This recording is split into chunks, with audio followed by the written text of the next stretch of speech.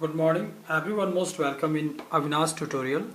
और आज के जो क्लासेस है यहाँ से हम लोग टॉपिक वाइज टॉपिक्स जो है वो मैट्रिक रिक्रूटमेंट जो होता है इंडियन नेवी का, और जिसमें कि आपका 10th जो क्वालिफाइड होते हैं उन बच्चों के लिए ये एंट्रेंस एग्जामिनेशंस होता है। तो उसमें हमने लास्ट 2 क्लासेस ली हुई है। फर्स्ट क्लासेस में हमने पूरे सिलेबस को नेवी जो MER MR है उसके पूरे सिलेबस को डिस्कस किया था। और उसके अगले क्लासेस में हम लोगों ने एक सैम्पल पेपर लगाया था जिसमें कि हमने बताया था कि आपको 25 मार्क्स के जो क्वेश्चंस है वो मैथ्स और साइंस से आते हैं, और रिमेनिंग जो 25 मार्क्स के क्वेश्चंस होते हैं वो जनरल अवेयरनेस से आते हैं, जिसमें कि आपका ज्योग्राफी भी होता है, सोशल साइंस भी होता है, सामाजिक विज्ञान होता है, जीके होता है। वो 25 मार्क्स के क्वेश्चन आते हैं। अब इसके बाद अभी से क्योंकि हमें टोटल सिस्टमैटिक ढंग से चलना है, जिससे कि आप हमारे इस क्लास को अटेंड करके इस तरह के रिस्पेक्टेड जॉब को पा सकें, इसलिए मेरा ये थोड़ा सा रिस्पॉन्सिबिलिटीज़ और मेरे ऊपर थोड़ा सा ये जिम्मेवारी ज़्यादा बढ़ जाती है कि हम आपको ऐसा गाइडलाइंस दें कि जिसके थ्रू आप 100% सफलता को प्राप्त करें। तो पहला हमने टारगेट लिया हुआ है मैथमेटिक्स को। तो मैथ जो है, जो पहला जो दो पार्ट 1 पार्ट 2 होता है, जिसमें कि पहले पार्ट में 25 क्वेश्चन होते हैं और बाद के पार्ट में भी 25 क्वेश्चन होते हैं।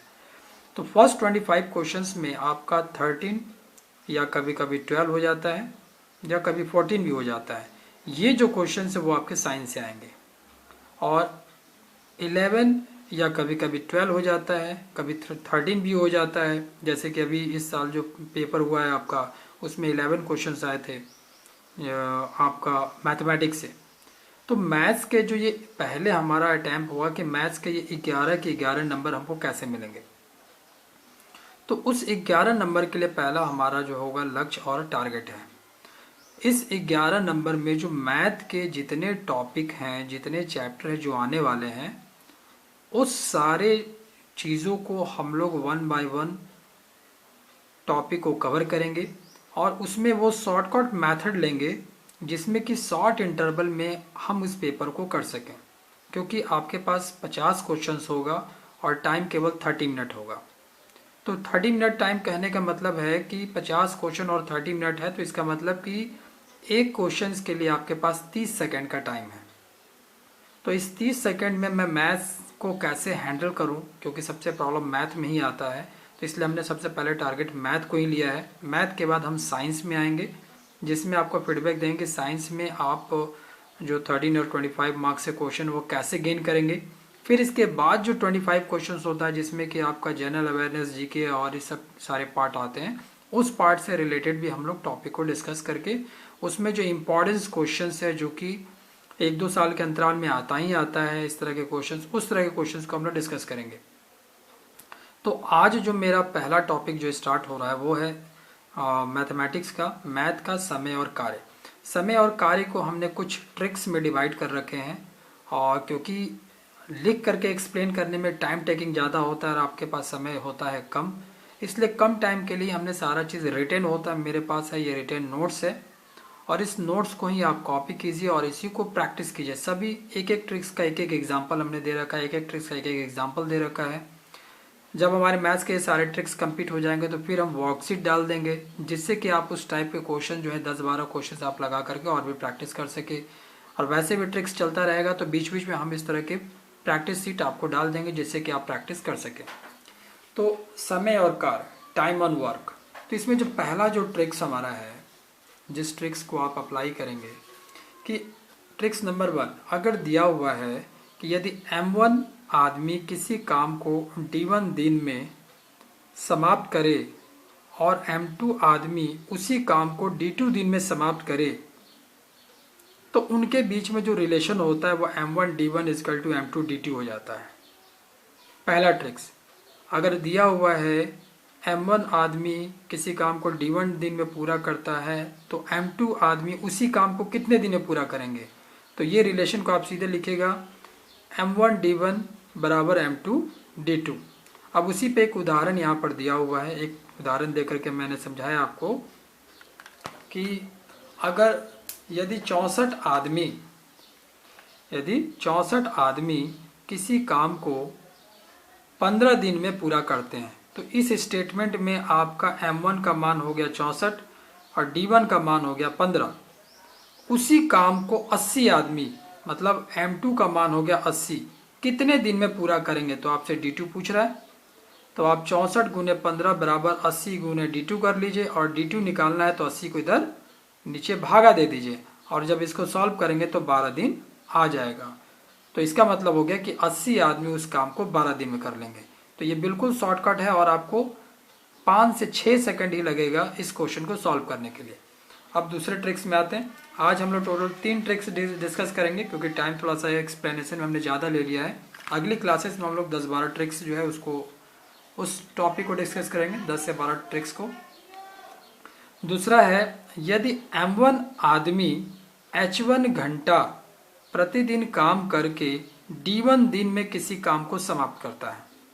मतलब यहाँ पर हमें आदमी दिया है, घंटा दिया है और दिन दिया है। फिर उसी काम को, काम चेंज नहीं, उसी काम को अगर हम M2 आदमी ले लेते हैं, H2 घंटा ले लेते हैं और D2 दिन ले लेते हैं तो इनके बीच में क्या संबंध है, तो इनके बीच में संबंध हो जाएगा M1 H1 D1 बराबर M2 H2 D2। अब इसमें ये चीज़ 100% मानना पड़ेगा हमें कि प्रत्येक आदमी की कार्य करने की क्षमता जो है वो बराबर है, अलग नहीं है, सबकी कार्य करने की क्षमता बराबर है। अब इसी से संबंधित एक क्वेश्चन कैसे पूछ सकता है, 40 आदमी 5 घंटे, तो 40 आदमी हो गया M1, 5 घंटे हो गया H1, काम करके किसी काम को 21 दिन में करते हैं तो 21 दिन हो गया आपका D1। अब आ जाते उसी काम को 15 आदमी मतलब M2 का मान हो गया 15, 8 घंटा मतलब H2 का मान हो गया 8 घंटा, कितने दिन में पूरा करेंगे, तो ये D2 पूछ रहा है। तो आप लिख दीजिए 40 गुने 5 गुने 21 बराबर 15 गुने 8 गुने D2, और D2 निकालना है तो इन दोनों को हम बराबर को उधर भेजेंगे तो इधर ये भाग हो जाएगा और जब हम इसको सॉल्व करेंगे, सिंपलीफाई करेंगे तो 35 आ जाएगा, 35 दिन हो जाएगा। तो इस क्वेश्चन को भी देख के लग रहा है कि अगर ये छोटा सा फॉर्मूला हमको मालूम है तो ये भी 3 से 4 सेकंड में कंप्लीट हो जाएगा। ट्रिक्स नंबर 3, थर्ड ट्रिक्स में चलते हैं और इसमें जो डाउट्स आता है आपको उसको आप कमेंट्स बॉक्स में हमसे पूछ लीजिएगा। तीसरा ट्रिक्स है आज का कि यदि M1 आदमी D1 दिन में W1 काम करे, M1 आदमी D1 दिन में W1 काम करे तो M2 आदमी D2 दिन में W2 काम करता है। तो इसमें दिया है आदमी, दिन और काम। पहले में दिया था आदमी, घंटा और दिन, लेकिन इसमें दिया है आदमी, दिन और काम। तो उसके लिए पहले ऊपर लिखेंगे M1 D1 by W1, M2 D2 by W2। जब भी आपका काम दिया रहेगा तो उसके उस केस में आप जो W मतलब हो गया वर्क, तो काम के लिए हम यहाँ पर भागा में दे देंगे। यहाँ भी काम W2 काम कर रहा है तो ये भागा में आ जाएगा।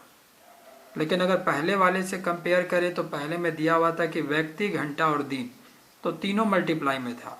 लेकिन यहाँ पर व्यक्ति, दिन और काम है तो व्यक्ति और दिन को तो मल्टीप्लाई करेंगे लेकिन काम को भागा में लिख देंगे। व्यक्ति, दिन मल्टीप्लाई हो गया दूसरे कंडीशन में, लेकिन हम भागा में कर लेंगे किस चीज़ को, काम को। यहाँ पर भी हम मान लेंगे कि प्रत्येक आदमी की काम करने की क्षमता आपकी बराबर है। अब इस पे एक उदाहरण देखते हैं। 14 मजदूर मतलब M1 जो है वो 14 है, 1176 किताबें 7 दिन में तैयार करता है। तो यहाँ पर जो 7 दिन हो गया वो D1 हो गया और 1176 है ये काम है तो ये हो गया W1। तो W1 कहाँ जाएगा आपका, नीचे। अब इसमें देखते हैं 1200 किताबें मतलब ये हो गया W2, तो W2 आपका नीचे आ गया। 5 दिन तो ये D2 की जगह पे 5 दिन आ गया। तैयार करने में कितने मजदूर की आवश्यकता होगी, मतलब M2 हो गया, व्यक्ति हो गया, मजदूर व्यक्ति होता है। अब इसी चीज़ को आप लिख दीजिए 14 गुने 7 बटे 1176, M2 गुने 5 बटे 1200।